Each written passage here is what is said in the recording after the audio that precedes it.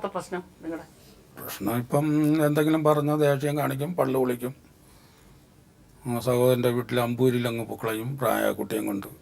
മോളെയും കൊണ്ടങ്ങ് പോകും. ഉപദ്രവിക്കുമോ? കൈക്കൊക്കെ വെട്ടിയിട്ടുണ്ട്. ഇതൊക്കെ വെട്ടിയതും ശബരിമലയിൽ പോയപ്പോൾ മണ്ട പൊട്ടി പോയിട്ട് വന്നപ്പോൾ വീട്ടിൽ വന്നപ്പം വേറെ തലയ്ക്ക് വേറെ ഒരു പയ്യൻ അടിച്ചതാണ്.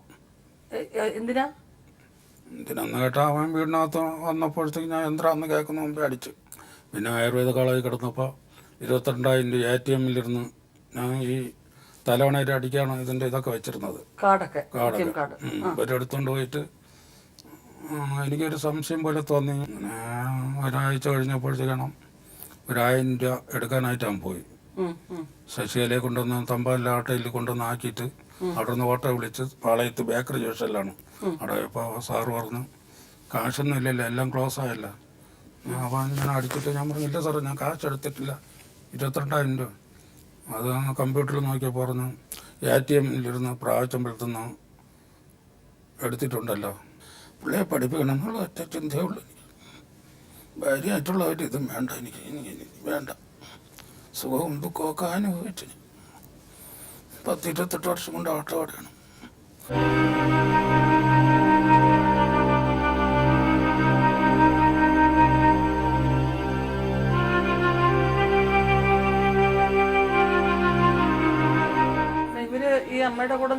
എനിക്ക് അമ്മയുടെ കൂടെ അല്ല മേഡം, എവിടെയെങ്കിലും ഗവൺമെൻറ് ഇതിൽ പിള്ളേരെ പഠിപ്പിക്കണം.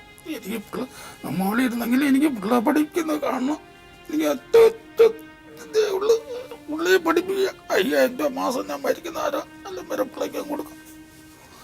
ഗവൺമെൻറ് ഇതിൽ തന്നെ പഠിപ്പിക്കണം. എനിക്ക് ഇന്നാലെ വിശ്വാസം വരുള്ളൂ, പിള്ളേർ പഠിക്കുന്നവളാണ്. മേഡം, ഇതാണ് ശശിയുടെ ഭാര്യ ശശികല. ശശികലയുടെ വീട് എവിടെ? എൻ്റെ സ്ഥലം വഴയല. ആദ്യത്തെ വിവാഹം എത്ര വയസ്സിലായിരുന്നു?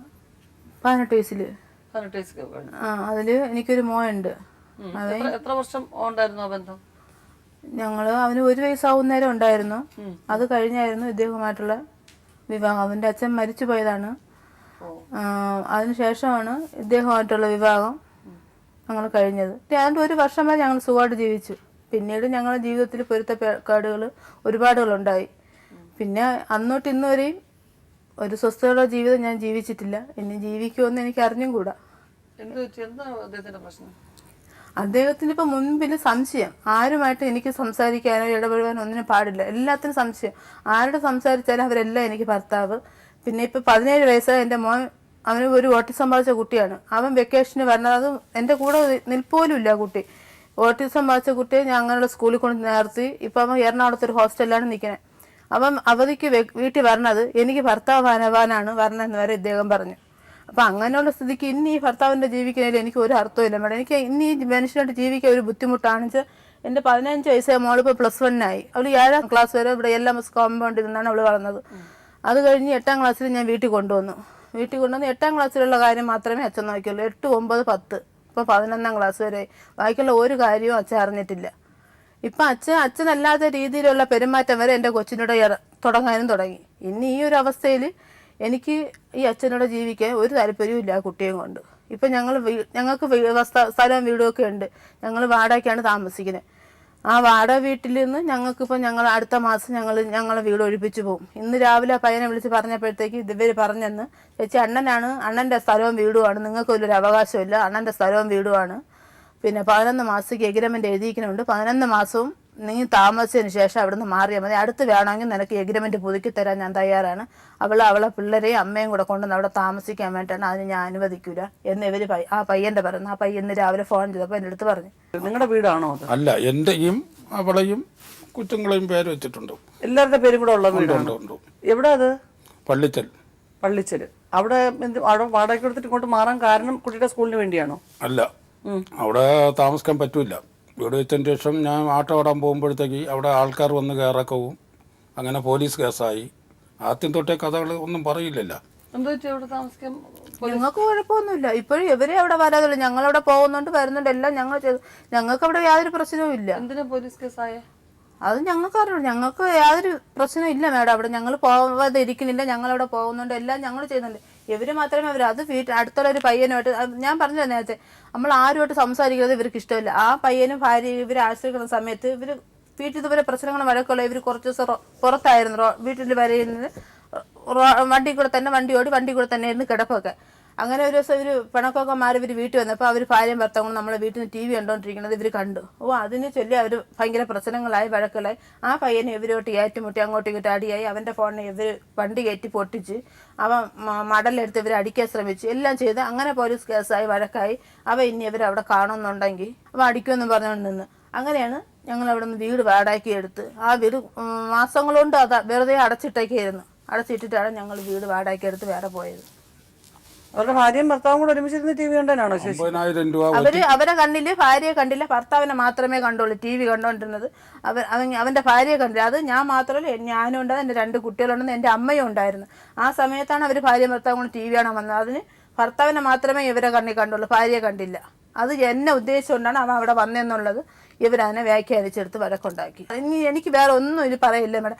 എന്തായാലും എനിക്കിനി ഒന്നേ പറയുള്ളൂ, ഈ മനുഷ്യൻ്റെ ഒരു ജീവിതത്തിൽ ഞാൻ തയ്യാറല്ല ഇനി മുമ്പോട്ട് പോകാൻ. എനിക്ക് വയ്യ. ഞാനൊരു ക്യാൻസർ രോഗിയാണ്, യൂട്രസിൽ ക്യാൻസർ വന്ന് അതിൻ്റെ ട്രീറ്റ്മെൻറ്റ് ഇരിക്കുന്ന ഒരു വ്യക്തിയാണ് ഞാൻ. അപ്പോൾ എനിക്ക് ഇങ്ങനെ ഇത്രയും ഇതായിട്ട് എൻ്റെ ദേഹമൊക്കെ ഇതിൻ്റെ അലർജി ഉണ്ട്, ഇങ്ങനെ ആവണമെന്നാണ് ഇരിക്കുന്ന ഈ മനുഷ്യ ദേഹം ഉപദ്രവിക്കണമെന്നുണ്ടെങ്കിൽ അപ്പോൾ ഈ മനുഷ്യ മനസ്സാക്ഷിയുള്ളവനാണ്.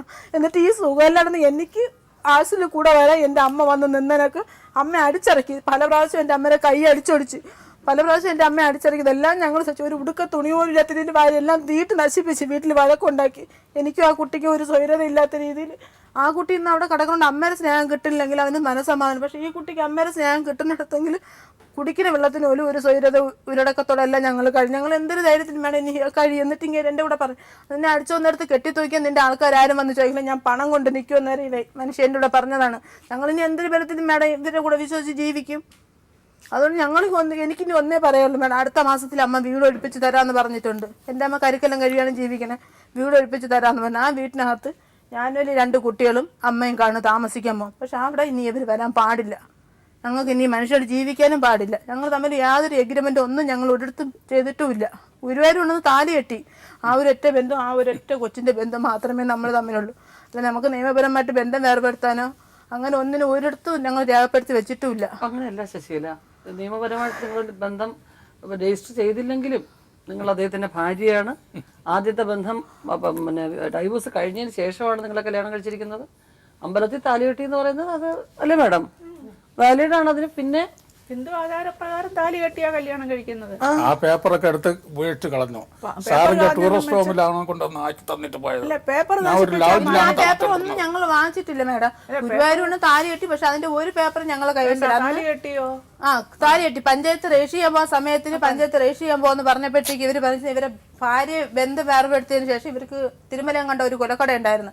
ആ കൊലകളിൽ ഒരു സ്ത്രീ ആയിട്ട് ഇവർക്ക് ബന്ധമുള്ളതിനെ കൊണ്ട് ആ കേസ് കോടതി നടക്കുന്നതിനെ കൊണ്ടിട്ട് പഞ്ചായത്തിൽ രജിസ്റ്റർ ചെയ്യാൻ പറ്റൂലെന്ന് ഇവർ പറഞ്ഞു. അന്നേ പഞ്ചായത്ത് ഞങ്ങൾ രജിസ്റ്റർ ഒന്നും ചെയ്തില്ലെങ്കിൽ ആ സർട്ടിഫിക്കറ്റ് എങ്കിലും ഞങ്ങളെ കൈവശം കാണുന്നു. അതൊന്നും ഞങ്ങൾക്ക് ഇപ്പൊ ഇല്ല. സർട്ടിഫിക്കറ്റ് ഇല്ലെങ്കിലും കുഴപ്പമൊന്നുമില്ല. ഈ താലി കെട്ടി ഒരൊറ്റ ബന്ധം മാത്രമേ ഉള്ളൂ. ഗുരുവായൂരോണം താലി കെട്ടി, അത് മതി ശശി. ആ ഒരൊറ്റ ബന്ധം മതി. നിയമപരമായിട്ടുള്ള എല്ലാ ദൈവത്തിനും കോടതിയാണത്. ആദ്യത്തെ ബന്ധം ഒഴിയാൻ എന്താ കാര്യം?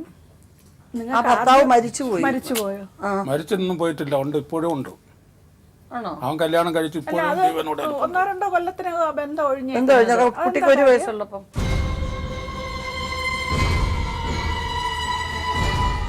ആദ്യത്തെ ബന്ധം ഒഴിയാൻ എന്താ കാര്യം? എന്റെ മനസ്സിൽ അത് ആ മരിച്ചൊരു ബന്ധമാണ് മേഡം. അല്ല, മനുഷ്യൻ ഇപ്പോഴുണ്ടല്ലോ, ആ മനുഷ്യൻ ഇപ്പോഴുണ്ട്. ഉണ്ട്. എന്തുകൊണ്ടാ ബന്ധം ഒഴിഞ്ഞത്? ഒഴിഞ്ഞതല്ല, എനിക്ക് എന്റെ മോനെ ചതവിൽ കൂടെ കിട്ടിയതാണ്. എനിക്കിവിടെ തുറന്നു പറയാൻ ബുദ്ധിമുട്ടായതുകൊണ്ടാണ് ഞാൻ അങ്ങനെ ഒരു ഇത് പറഞ്ഞത്. എനിക്ക് അവനെ ചതവിൽ കൂടെ കിട്ടിയതാണ്. ഞാൻ വീട്ടിൽ ഇരുന്ന സമയത്ത് എനിക്ക് ചതവിൽ കൂടെ കിട്ടിയതാണ് എന്റെ മോൻ. ആ മനുഷ്യനിലൂടെയാണോ? അതെ.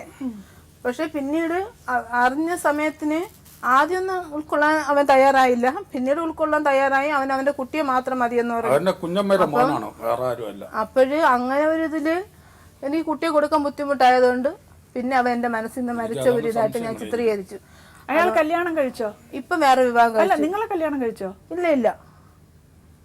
അവൻ വന്ന സമയത്ത് ഞാൻ പിന്നെ വേണ്ടാന്ന് പറഞ്ഞു. അവന് കൊച്ചിനെ മാത്രം മതി, എന്നെ വേണ്ടാന്ന് പറഞ്ഞപ്പോഴത്തേക്കും അതിന് ഞാൻ തയ്യാറായില്ല. അതുകൊണ്ട് പിന്നെ ആ ഒരു ജീവിതത്തിലേക്ക് പിന്നെ വഴിതിരിഞ്ഞ് പോയതുമില്ല. അങ്ങനെ ഇരുന്ന സമയത്താണ് ഇവർ വന്ന് ചോദിച്ചതും. അന്നേ ഞാൻ എൻ്റെ വീട്ടിലെടുത്ത് പറഞ്ഞതാണ് ഇവരുമായിട്ടുള്ള ബന്ധം വേണ്ടാന്ന്. പക്ഷെ അവർ വീട്ടിൽ ഇരുന്ന് ഇങ്ങനെ ഒരു ആയത് കൊണ്ടിട്ട് ഒരു ജീവിതം ഉണ്ടാവുമെന്നും പറഞ്ഞുകൊണ്ട് എൻ്റെ ആൾക്കാർ ചെയ്തതാണ്. ഇപ്പം അവർക്കും കിടക്കച്ചേക്കം ഇല്ലാത്ത രീതിയിലാവും എന്നുള്ളത് അവരാരും പ്രതീക്ഷിച്ചില്ല. ഈ സംശയത്തിന് ഇടവരാൻ കാരണം ആ TV കണ്ടോണ്ടിരുന്ന ഒരു ഇൻസ്റ്റൻസേ പറയുന്നുള്ളൂ. അതൊക്കെ കഴിഞ്ഞല്ലയോ? അത് മാത്രമല്ല മേഡം, എൻ്റെ ജീവിത ചരിത്രം ഞാൻ ഇപ്പം നേരത്തെ വിട്ട് പറഞ്ഞില്ല, ഈ സംഭവ ചരിത്രങ്ങളെല്ലാം എന്നിട്ടും എല്ലാവരും പറഞ്ഞ് നീ നിന്റെ കഴിഞ്ഞ കാര്യങ്ങളൊന്നും എത്ര സ്നേഹമുള്ള ഭർത്താവായാലും നീ ഒന്നും പറയാൻ പോകരുന്നു. പക്ഷെ എനിക്ക് പറ്റിയ ഒരു അമളി എന്നു വെച്ചിരുന്ന എല്ലാ ചരിത്രങ്ങളും ഞാൻ ഇവരെടുത്ത് മുൻകൂട്ടി പറഞ്ഞു കഴിഞ്ഞു. ഇവൻ്റെ അച്ഛൻ ആരാണെന്നും എങ്ങനെ ഉള്ളതാണെന്നല്ല വെച്ചാൽ അവിടെ ഈ കൊണ്ടുവന്ന സംബന്ധക്കാർ പറഞ്ഞു വെച്ചിരുന്ന അവകൾ ഒരു നായർ പയ്യനോട് അയച്ച് അതിലുള്ള ഈ കുട്ടിയെന്നാണ് ഇവരെടുത്ത് പറഞ്ഞത്. പക്ഷേ ഇവരാ ആത്മാർത്ഥമായി എന്നെ സ്നേഹിക്കുന്ന കണ്ടപ്പോഴത്തേക്ക് ഞാൻ സത്യവസ്ഥകളല്ല ഇവരെടുത്ത് തുറന്നു പറഞ്ഞു. അത് വച്ച് ഇവർ മുതലെടുക്കാൻ തുടങ്ങി. ഇപ്പം അതെൻ്റെ ജീവിതത്തിൽ ഒരുപാട് പാവപ്പെടുകയാണ് സംഭവിച്ചുകൊണ്ടിരിക്കുന്നത്. ആ ഒരു തെറ്റ് ഞാൻ ഇവരുടെ കൂടെ ചെയ്ത എല്ലാ ചരിത്രങ്ങളും ഇവരെടുത്ത് തുറന്ന് പറഞ്ഞു. അതിപ്പോൾ എൻ്റെ ആൾക്കാരും പറഞ്ഞത് നീ എന്തിനത് പറയാൻ പോയി എന്നാണ് ചോദിച്ചത്. അതിനെക്കുറിച്ച് വഴക്കുണ്ട് മേഡം. ഇപ്പം 17 വയസ്സായി എൻ്റെ മോൻ എനിക്ക് ഭർത്താവെന്ന് പറയണതിൽ കവിഞ്ഞ് ഇനി എന്തൊരു വഴക്ക് കൂടാനാണ് മേഡം? ഈ കൊച്ചിന് രാത്രി കിടന്ന് ഉറങ്ങുന്ന സമയത്ത് ഞാൻ ഇപ്പം നമ്മൾ വാടകയ്ക്ക് താമസിച്ച വീട്ടിൽ മുറികളൊക്കെ ഉണ്ടെങ്കിലും പക്ഷെ ഒന്നും അടമാനുള്ള മുറികളൊന്നുമല്ല. അപ്പം ഞങ്ങളെല്ലാം ഒരിടത്താണ് കിടക്കുന്നത്. പിന്നെ ആദ്യം കട്ടിലെ കൊണ്ടുവന്ന സമയത്ത് കട്ടിൽ കിടന്നുകൊണ്ടിരുന്നു. ഇപ്പം കട്ടിലില്ലാത്തതുകൊണ്ട് തറയിലാണ് കിടക്കണം. ഞങ്ങൾ പിണങ്ങി പോയ സമയത്തിന് ഇവർ വീട്ടിലിരുന്ന കട്ടിലും ഫ്രിഡ്ജൊക്കെ എടുത്ത് വിറ്റ് അങ്ങനെ ഇപ്പം കിടക്കുന്ന സമയത്തിന് ഞാനാണെന്ന് പറഞ്ഞ് ഇപ്പുറ സൈഡിൽ കിടന്ന ഇങ്ങേര് ഇപ്പുറത്ത് വന്ന് ആ കൊച്ചിൻ്റെ ശരീരത്താകെ കൈവച്ച് ഞാൻ ഉണർന്നിടക്കും. എനിക്ക് ഈ അസുഖം വന്നതിന് ശേഷം അങ്ങനെ രാത്രി ഉറക്കമില്ല. അപ്പം ഞാൻ ഈ കൊച്ചിൻ്റെ അടുത്ത് ഞാൻ പറഞ്ഞ് നീ ഒരു രാവിലെ ഇവിടുത്തെ ഞാൻ പറഞ്ഞു മക്കളെ നീ ഒരു കാര്യം ചെയ്യണം, അമ്മ എപ്പോഴും നിന്നെ ശ്രദ്ധിച്ചു നിനക്ക് രാത്രി കിടന്ന് ഉറങ്ങുമ്പോൾ ഉറക്കത്തിൻ്റെ ഒരു ശ്രദ്ധ വേണം. ഇവിടെ യൂണിഫോം ഡ്രസ്സ് ഇട്ടുകൊണ്ട് പോകുമ്പോൾ ആ കുട്ടിക്ക് എന്തിനാണ് വണ്ണമായിട്ടിരിക്കുന്നത് മേഡം നോക്കണം. രാവിലെ യൂണിഫോം ഡ്രസ്സ് ഇട്ടുകൊണ്ട് പോകുമ്പോഴത്തേക്കും പറയും ഞാൻ വീട്ടിനകത്തിരുത്തി അവൾക്ക് കടപ്പലാരോ അതും ഇതൊക്കെ വാങ്ങിച്ചിറക്കി കൊടുത്ത് തിന്ന് അവൾ വണ്ണം വെച്ച് എനിക്കിവിടെ പറയാൻ ബുദ്ധിമുട്ടുണ്ട്. ആ രീതിയിലുള്ള സംസാരങ്ങളാണ് ഒരു മോളെക്കുറിച്ച് ഒരു അമ്മയുടെ അടുത്ത് അച്ഛൻ സംസാരിക്കുന്നത്. അപ്പൊ ഇതിനൊക്കെ ഞാൻ എന്തിനു മറുപടിയാണ് മേഡം അങ്ങനെ അടുത്ത് പറയുന്നത്? അതിപ്പം നിങ്ങളാണെന്ന് വിചാരിച്ചിട്ട് പറ്റിയതാണ്. അദ്ദേഹത്തിന്റെ മനസ്സിൽ അദ്ദേഹത്തിന്റെ മകളാണ്. ആ കുഞ്ഞിനെ നല്ല രീതിയിൽ പഠിപ്പിക്കണമെന്നും വളർത്തണമെന്നും ഒക്കെയാണ്. അതിനെ നമ്മളൊരു കളങ്കമായിട്ട് വിചാരിച്ചത് പറയേ വേണ്ട. കാരണം ഇതൊക്കെ എന്ന് പറയുന്നത് 60 വയസ്സായ ഞാൻ പിള്ളയെ വിളിച്ചുണർത്തണം 5 മണിക്ക് നടക്കാനും വ്യായാമം എടുക്കാനും. പുള്ളിയെ എണ്ണ തേച്ച് കൊടുക്കണം. ചെമ്പരത്തിയുടെ ഇല പറിച്ചുകൊണ്ടൊന്ന് അരച്ച് കുളിമുറിയിൽ അരച്ച് തലയിൽ പുരട്ടി കൊടുക്കുക. എൻ്റെ മോക്ക് തുമ്പത്ത് പിടിച്ച് എൻ്റെ അമ്മ ചെയ്യുന്ന കണ്ടിട്ടുണ്ട്. തുമ്പിൽ പിടിച്ച് മുടി വളരാൻ വേണ്ടി 9:30 മണി വരെ ട്യൂട്ടോറിയലിരുന്ന് കഴിഞ്ഞ കൊല്ലം വരെ ഞാനാണ് വിളിച്ചുകൊണ്ടിരുന്നത്. പ്രാവശ്യത്തിലെത്തുന്നു 1.5-2 കിലോമീറ്റർ ദൂരം. നിങ്ങൾ സ്വന്തമായിട്ട് വീടുള്ളപ്പോൾ എന്തിനാണ് ഈ പടാപ്പാട് വെട്ടി ഇവിടെ വന്ന് കഴിയുന്നത്? മാഡം, കന്യാകുമാരിയിൽ തള്ളയും എൻ്റെ കൊച്ചും എല്ലാം കൂടെ പോയാൽ അടുത്തുള്ളവനെ എൻ്റെ അടുത്ത് ഒരു വാക്ക് പറഞ്ഞൂടെ? ദിവസം പൈസയ്ക്ക് കരമനയും പാപ്പനംകോട്ടും പിള്ളേരും സ്കൂളിൽ വരും. അപ്പോഴത്തേക്ക് പറഞ്ഞൂടെ കന്യാകുമാരി പോകണമെങ്കിൽ? ഒരു യാതും ഇല്ലാതെ അവൻ എന്തിനും മാഡം വരുന്നത്? എന്നെ അടിച്ച് വെളിയിൽ ഇറക്കിയിട്ട് അടുത്തുള്ളവൻ വീടിനകത്ത് TV കാണാനും ചേച്ചിന്ന് വിളിക്കാനും മുറുക്കാൻ വാങ്ങിച്ചോ. കന്യാകുമാരി എന്തിനു പോയത്? എന്തിനായിരുന്നു കന്യാകുമാരി പോയത്? അത് ഞങ്ങൾ അവൻ മാത്രമല്ല അവന്റെ ഭാര്യ 2 കുട്ടികളുണ്ടായിരുന്നു. അവര് പോണമെന്ന് പറഞ്ഞ കൂട്ടത്തിൽ കൂടെ അമ്മ തന്നെ പൈസ ചെലവാക്കി അമ്മയും ഞാനും എന്റെ 2 കുട്ടികളുണ്ട്. അല്ല ഞാൻ അവനുമായിട്ട് ഒത്തേക്ക് ഭർത്താവുണ്ടല്ലോ, അത് നമ്മളോട്ട് പണങ്ങിയവര് വെളിയിലാണ്. അപ്പാണ് അമ്മ വന്ന് വീട്ടിൽ നിന്നത്. അതിങ്ങനെ പറഞ്ഞതിനെ കൊണ്ട് നമ്മളെല്ലാവരും ഒത്തുപോയി. അത് അവിടെ കഴിഞ്ഞ വിഷയമാണ്. അതിനെ കുറിച്ച് ഞാൻ എല്ലാം പറഞ്ഞല്ല. എന്തുകൊണ്ട് ഭർത്താവിനെ ഒന്നും പറഞ്ഞുകൂടാ? ഈ പിള്ള കണ്ട് ഒരു പയ്യൻ കൊണ്ടുവന്ന് ഒരു പയ്യൻ കൊണ്ടുവന്ന് വീടിനകത്ത് ഇപ്പോൾ ഗ്ലാസും കൊടുത്ത് വെള്ളവും കൊടുത്ത് കുടിക്കാൻ കൊണ്ടുവന്ന ആ പയ്യനെ ആരാണ്? ഒരു പകലൊരു വീടിനകത്ത് ഒരു പയ്യൻ വന്ന് കുപ്പിയും കൊണ്ടുവന്ന് കയറ്റാൽ വിടുവോ? ഞാൻ ജീവനോടെ ഇരിക്കുമ്പോഴത്തേക്ക് വിടുവോ? ഞാൻ ഒരു കുപ്പിയും കൊണ്ട് ഒരു വീട്ടിൽ കൊണ്ടുപോയാൽ ഒരു സ്ത്രീ ഗ്ലാസും തരുമോ അടുക്കളയിൽ? അപ്പോൾ എനിക്ക് അതിൽ തന്നെ സംശയമാണ്, എല്ലാത്തിനും സംശയമാണ്. ഇവിടെ പറഞ്ഞ എല്ലാം നുണയാണെന്നുള്ളത്. അച്ഛൻ്റെ കാര്യങ്ങൾ പറഞ്ഞിട്ടുണ്ട്. സൗത്ത് പാർക്കിൽ വന്നിട്ടുണ്ടെന്ന് കേട്ടു വേണം. ഈ സൗത്ത് പാർക്കിൽ എൻ്റെ ഭാര്യ വന്നിട്ടുണ്ടെന്ന് കേട്ടു വേണം. അന്ന് എൻ്റെ പണം ഉള്ളപ്പോഴത്തേക്ക് എല്ലാം കൊള്ളായിരുന്നു, ബിയർ കുടിക്കാൻ എല്ലാത്തിനും. ഇപ്പൊ എൻ്റെ മോളെ വെച്ച് പറയുന്നു. ഇത് ശരിയാണോ? അതൊരു തെറ്റായ വാക്കാണ്, അത് ഉപയോഗിക്കരുത്. കാരണം നിങ്ങളാണെന്ന് എന്നെ പരാതി കൊടുക്കത്തുണ്ടെന്നാണ് തൊട്ടടുത്ത് പോലീസ് സ്റ്റേഷനാണ് മേഡം പോയതായിരിക്കും. ഇപ്പോൾ ഒരു തള്ളയാണെങ്കിൽ അപ്പോഴത്തെ എന്തെങ്കിലും ചെയ്തു. ഞാൻ ഇനി എത്ര വയസ്സ് ജീവിക്കുമെന്നാണ് അവളുടെ അടുത്ത് ഞാൻ കേൾക്കുന്നത്. അവര് പറഞ്ഞ ആ വാക്ക് അവര് മാപ്പ് പറഞ്ഞ് പിൻവലിക്കുകയാണ്. അവരത് ആ ഉദ്ദേശത്തിലല്ല പറഞ്ഞത്. ആള് മാറിപ്പോയിരുന്നു. അതിന് അത് ആ കുട്ടിയുടെ മനസ്സിലോ നിങ്ങളുടെ മനസ്സിലോ ആ വാക്കിന് വരാൻ പാടില്ല, ആ ചിന്തയും വരാൻ പാടില്ല. അതിനെ കേക്ക്, പറയുന്നത് കേക്ക്, അങ്ങോട്ട് പറയുന്ന കേക്ക്. ശശിധര, ഇപ്പൊ അവര് പറഞ്ഞതെന്ന് വെച്ച് കഴിഞ്ഞാൽ അവരുടെ മകനെ കുറിച്ച് നിങ്ങൾ അപരാധം പറഞ്ഞപ്പോ ഞാൻ എന്തുകൊണ്ട് പറഞ്ഞുകൂടാന്നുള്ള ഒരു വാശിപ്പുറത്ത് അവര് പറഞ്ഞ വാക്കാത്. അത് എന്തുകൊണ്ടെന്ന് പറഞ്ഞാൽ എന്റെ ആദ്യത്തെ മോക്ക് ഞാൻ കൊച്ചിനെ കൊടുത്തെന്ന് ഇവളെ വാഗൊണ്ട് പറയുമ്പോ നാട്ടുകാരെല്ലാം കേട്ടോണ്ടിരിക്കുകയാണ്. ഒരു കല്യാണ വീട്ടിൽ പോയാൽ ഭർത്താവിൻ്റെ കാര്യം ആണ് ഒരു കല്യാണ വീട്ടിൽ പോകുന്നത്. എൻ്റെ അടുത്ത് പ്രയാസമുള്ളവന്മാർ എൻ്റെ അനിയൻ്റെ ഭാര്യ വെറുതെ ഇരിക്കുന്നു, എൻ്റെ ചേട്ടൻ മരിച്ചുപോയി, അവിടെയൊക്കെ എനിക്ക് പൊയ്ക്കൂടെ? അവർക്ക് ആ പ്രയാസം കൊണ്ട് ഇവിടെ അടുത്ത് കാണുമ്പോൾ എല്ലാം പറയും. എൻ്റെ മൂത്ത കുട്ടിക്ക് കൊച്ചിനെ കൊടുത്താനാണെന്ന് പറഞ്ഞോണം ഇതിനെ വെച്ചാണ് ഇവള് കളിക്കുമ്പോൾ ഞാൻ പറയാതിരിക്കും, മേഡം ഇവർക്ക് 26 സെൻറ്റ് സ്ഥലവും വീടും വാങ്ങിച്ചു കൊടുത്താന്ന് കേട്ടു വേണം. ഞാൻ ഒരു മടയനായിപ്പോയി മേഡം, സത്യത്തിൽ മേഡം വെറും കിഴങ്ങനായിപ്പോയി.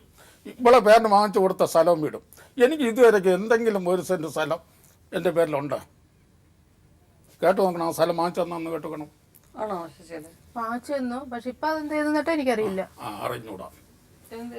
സാറിന്റെ ടൂറിസ്റ്റ് ഹോമിലാണ് കൊണ്ട് കളഞ്ഞിട്ട് പോയത്. അത് വിറ്റ് 18 സെന്റ് സ്ഥലം പാലോട് വാങ്ങിച്ചു. അത് 26 സെന്റ് സ്ഥലം എന്റെ പേരിന് വാങ്ങിച്ചു തന്നത് ഇതുപോലെ വഴക്കലും ബഹളങ്ങളും പോയി അതിനെ വിറ്റ് 18 സെന്റ് സ്ഥലം പാലോട് ഈ കുട്ടിയുടെ പേരിന് വാങ്ങിച്ചിട്ടിരുന്നു. അത് അവിടവും ഇപ്പം വിറ്റ്, പാലോടും വിറ്റ് എന്റെ അമ്മയുടെ പേരിൽ കിടന്ന 3 സെന്റ് സ്ഥലം ഇവരമ്മ മരണകാലം വരെ സംരക്ഷിച്ചോളാന്ന് പറഞ്ഞതിന്റെ പേര് അത് എന്റെ മൂത്തവന് പോവേണ്ട അവകാശ ഭൂമിയായിരുന്നു ഈ 3 സെന്റ്. ആ 3 സെന്റ് സ്ഥലം അവന് കൊടുക്കാതെ ഇവളെ പേരിന് എഴുതി കൊടുത്തു. ആ 3 സെന്റ് സ്ഥലവും എൻ്റെ മോൻ്റെ പേരിന് 2 സെന്റ് സ്ഥലവും ആ 5 സെന്റ് സ്ഥലം വിറ്റാണ് ഇപ്പം ഇവിടെ പള്ളിച്ച് കൊണ്ടുവന്ന് 7 സെന്റ് സ്ഥലം ഈ 2 കുട്ടികളുടെ പേരിന് വാങ്ങിച്ചിട്ടേക്കുന്നത്. മോൻ്റെ പേരിന് നേരത്തെ 2 സെന്റ് സ്ഥലം അവൻ്റെ പേരിന് ഉണ്ടായിരുന്നു. വെച്ചാൽ എൻ്റെ പേരിന് 7 സെന്റ് സ്ഥലം ഉണ്ടാകുന്ന സമയത്ത് ഇവർ 5 സെന്റ് സ്ഥലം വിറ്റപ്പോൾ 2 സെന്റ് സ്ഥലം അത് എൻ്റെ അമ്മ നെടുമങ്ങാട് സ്റ്റേഷനിൽ കൊണ്ടുവന്ന് പരാതി കൊടുത്ത് അവൻ്റെ പേരിനേക്ക് വെച്ചെന്നാൽ അവനെ അന്വേഷിക്കില്ല എന്നുള്ളതായപ്പോൾ അവൻ എവിടെയെങ്കിലും തെണ്ടിയിട്ട് വന്ന് അവന് കിടക്കണമല്ലോ എന്ന് കണക്കായിക്കൊണ്ട് നെടുമങ്ങാട് സ്റ്റേഷനിൽ പരാതി കൊടുത്ത് ഈ 2 സെന്റ് സ്ഥലം പോലീസ് മുഖാന്തരം അവൻ്റെ പേരിന് എഴുതി കൊടുത്തതാണ് ഞാൻ 2 സെന്റ്. ആ 2 സെന്റും കൂടെ വിറ്റാണ് ഇവിടെ പള്ളിച്ച കൊണ്ടുവന്ന് 7 സെന്റ് ഇപ്പം വാങ്ങിച്ചിട്ടാണ് ഈ 2 കൊച്ചുങ്ങളുടെ പേരിന് വീട് 1500 രൂപയ്ക്ക്. അപ്പം ഇത് കുടുംബത്തിനകത്ത് മുറ തെറ്റിയ സംസാരം വരരുത് ശശി. നിങ്ങൾ മറ്റുള്ളവരെ കുറിച്ച് പറ, അവരുമായിട്ട് ബന്ധമുണ്ട് ഇവരുമായിട്ട് ബന്ധമുണ്ടെന്ന് പറഞ്ഞ് നിങ്ങൾ രണ്ടുപേരോടും പറയുകയാണ്. മക്കളെ കൂട്ടിയും കൂടപ്പുറപ്പുകളെ കൂട്ടിയും ഒന്നും പറയാതെ ഇതൊരു വൃത്തികെട്ട ഏർപ്പാടാണ്. ജയിക്കാൻ വേണ്ടി പറയുന്നത് സ്വന്തം കുഞ്ഞുങ്ങളെ കുറിച്ചും മാതാപിതാക്കന്മാരെ കുറിച്ചൊക്കെ പറയുന്നത് ഇതൊരു വൃത്തികെട്ട ഏർപ്പാടായത്. ഇവര് ജയിക്കാൻ വേണ്ടി നിങ്ങളുടെ മോളെ കുറിച്ചൊരു അനാവശ്യമായിട്ടല്ല അവർ പറഞ്ഞു, ആള് മാറി വന്ന് തൊട്ടു എന്ന് പറഞ്ഞത് പോലും ഒക്കെ മഹാപരാധങ്ങളാണ് പറഞ്ഞത്. അത് പറയാൻ ഉണ്ടാക്കിയ സാഹചര്യം അവർ തന്നെ പറഞ്ഞു. ഞാൻ പറഞ്ഞു അതുകൊണ്ടല്ല മേഡം, ബുദ്ധിയില്ലാത്ത എൻ്റെ മകൻ വീട്ടിൽ വരുന്നത് മോശം കാര്യത്തിനാണെന്ന് പറയുന്നത് ശരിയാണോ ശശി? അങ്ങനെ പറയുന്നത് അതുകൊണ്ട് അത് നിർത്തുക ആദ്യം. ബാക്കി നിങ്ങൾ എന്ത് വേണോ പറഞ്ഞോ. തിരിച്ച് വാസ്തവമല്ലാത്ത കാര്യങ്ങൾ പറയുക. അങ്ങനെ ചെയ്യരുത്, അങ്ങനെ ചെയ്യാൻ പറ്റില്ല. നിങ്ങൾക്ക് അടിസ്ഥാനപരമായിട്ട് ഞങ്ങൾ മനസ്സിലാക്കിയ ഒരു പ്രശ്നം എന്തെന്ന് വെച്ച് കഴിഞ്ഞാൽ നിങ്ങൾക്ക് പ്രായമായി, നിങ്ങളുടെ തല നരച്ചുപോയി, നിങ്ങൾക്ക് ആരോഗ്യമില്ലെന്ന് നിങ്ങൾ സ്വയം നിർമ്മിച്ചങ്ങ് കോംപ്ലക്സ് ആക്കുകയാണ്. അവർ നിങ്ങളെക്കാൾ ചെറുപ്പമാണ്, അവരുടെ അസുഖം അവരുടെ ശരീരം ഒന്ന് നോക്കൂ ശശി. എന്തുകൊണ്ടാണ് രാവിലെ വെളുപ്പിലെ മുറുക്കാൻ എത്ര പേര് മുറുക്കാൻ തിന്നുന്നു മേഡം? ഞാൻ ഒരു പട്ടിയുടെ കുട്ടി പറഞ്ഞ കേൾക്കില്ല മുറുക്കാൻ തിന്നുന്നു. അവർക്ക് ക്യാൻസറിന് ട്രീറ്റ് ചെയ്യുന്ന ഒരു സ്ത്രീയാണ്. അവരെ കുറിച്ച് നിങ്ങൾ ഈ രീതിയിൽ മോശപ്പെടുത്തി പറഞ്ഞു കഴിഞ്ഞാൽ എന്ത് മനോവിഷമം ഉണ്ടാവും? ആലോചിച്ച് നോക്ക്. നിങ്ങൾ ചെയ്യാത്തൊരു കാര്യം നിങ്ങളെ നിരന്തരം പറഞ്ഞുകൊണ്ടിരുന്ന നിങ്ങൾക്ക് സഹിക്കാൻ പറ്റുമോ ശശി? അങ്ങനെയുള്ള കാര്യങ്ങൾ എന്തിനാ പറയുന്നത്? സ്നേഹമായിട്ടിരിക്കുന്ന സമയങ്ങളിൽ മുഴുവനും ആരെങ്കിലും കൂടെ പേര് ചേർത്ത് പറയുക, അനാവശ്യങ്ങൾ പറയുക, എങ്ങനെ ഒരാൾക്ക് സ്നേഹം വരും? നിങ്ങൾക്ക് ഇപ്പോഴേ നിങ്ങൾ പറയുന്നു നിങ്ങൾക്ക് വയ്യ, കൈ കഴിക്കുന്നു, കാല് കഴിക്കുന്നു. വയസ്സുകാലത്ത് നാഴി വെള്ളം ആര് തിളപ്പിച്ചു തരും? ഭാര്യയെ പോലെ ആവുമോ മറ്റൊരാൾ? ഒരിക്കലും ആവത്തില്ല. കൂടപ്പുറപ്പുകളും അച്ഛനും അമ്മയൊക്കെ ഉണ്ടായാലും ഒരു പുരുഷനെ സംബന്ധിച്ച് ഭാര്യ ചെയ്ത ശുശ്രൂഷ ആർക്കും ചെയ്യാൻ പറ്റില്ല. അത് മനസ്സിലാക്കട്ടെ നിങ്ങൾ. ആരോഗ്യമുള്ള സമയത്ത് നമുക്ക് തോന്നുന്നു എന്ത് സാധിക്കായി ലോകത്തെന്ന്. ഇനി അങ്ങോട്ട് മനസ്സിലാക്ക്. കാശില്ലെങ്കിൽ ഇവിടെ അടുത്ത് കിടക്കാതിരിക്കുന്നതാണ് നല്ല മേഡം. കാശ് വേണ്ട എന്ന് പറയും, പക്ഷെ സമ്പത്ത് എന്ന് പറയുന്ന ഒരു വലിയ, നിങ്ങളിപ്പോ പറഞ്ഞില്ലേ കണക്ക് 26 സെന്റ് വാങ്ങിച്ചു കൊടുത്തു, 22,000 രൂപ കാണാതെ പോയപ്പോ എന്തിനാ പോലീസിന്റെ അടുത്ത് പോയത്? ഭാര്യ എടുത്തു എന്ന് പറഞ്ഞ കാര്യം നിങ്ങൾ ഇവിടെ അവതരിപ്പിച്ചില്ലേ? ATM നിങ്ങൾ കാശ് എടുത്തു അല്ലേ? എടുത്തു നിങ്ങൾ ചെലവാക്കി. അപ്പൊ അതൊരു കേസായിട്ട് നിങ്ങൾ പറഞ്ഞപ്പോ പണം വലിയ കാര്യമായതുകൊണ്ടല്ലേ? അല്ല മേഡം, അത് ഇവര് എടുത്തില്ലെന്നാണ് അപ്പോഴത്തേക്ക് അവര് പറഞ്ഞു ബാങ്കിലുള്ളവര് കടലാസ് കൊടുത്തിട്ട്. എന്തോ ആവട്ടെ, നിങ്ങൾ കേസ് കൊടുത്തൊക്കെ ഒരു സാധാരണക്കാരനെ സംബന്ധിച്ചിടത്തോളം ബാങ്കിൽ നിന്ന് പൈസ എടുത്തു, നിങ്ങൾ കേസ് കൊടുത്തു, ഇവരത് ഏറ്റില്ല. ഞാൻ പറയുന്നത് നിങ്ങൾ ഉദാഹരണമായിട്ട് പറയുക. ആ പൈസ പോയെന്ന് പറഞ്ഞാൽ അങ്കലാപ്പം നിങ്ങൾക്ക് ഉണ്ടായില്ല. എനിക്ക് തല കറങ്ങുന്ന പോലെ തോന്നി പൈസ എടുത്തപ്പം. അപ്പോൾ കാശ് വലുതല്ലേ? വലുതാണ്. എനിക്ക് ആത്മാർത്ഥതയുണ്ട്. സാധനങ്ങൾ തരുമെന്ന് പറഞ്ഞാൽ കടയിൽ പോയാൽ കിട്ടുമോ? കിട്ടില്ല. അപ്പോൾ കാശ് വലിയ കാര്യം തന്നെയാണ്. രണ്ടുപേരും അവരെ കൊണ്ട് നിങ്ങളെ കൊണ്ട് കഴിയുന്ന രീതിയിൽ അധ്വാനിച്ച് ആ കൊച്ചിനെ വളർത്താൻ നോക്കണം. യാതൊരു തരത്തിലുള്ള ഇത്തരം അനാവശ്യങ്ങളും കളങ്കവും ഒന്നും ആ കൊച്ചിൻ്റെ അടിച്ചേൽപ്പിക്കരുത് നിങ്ങൾ.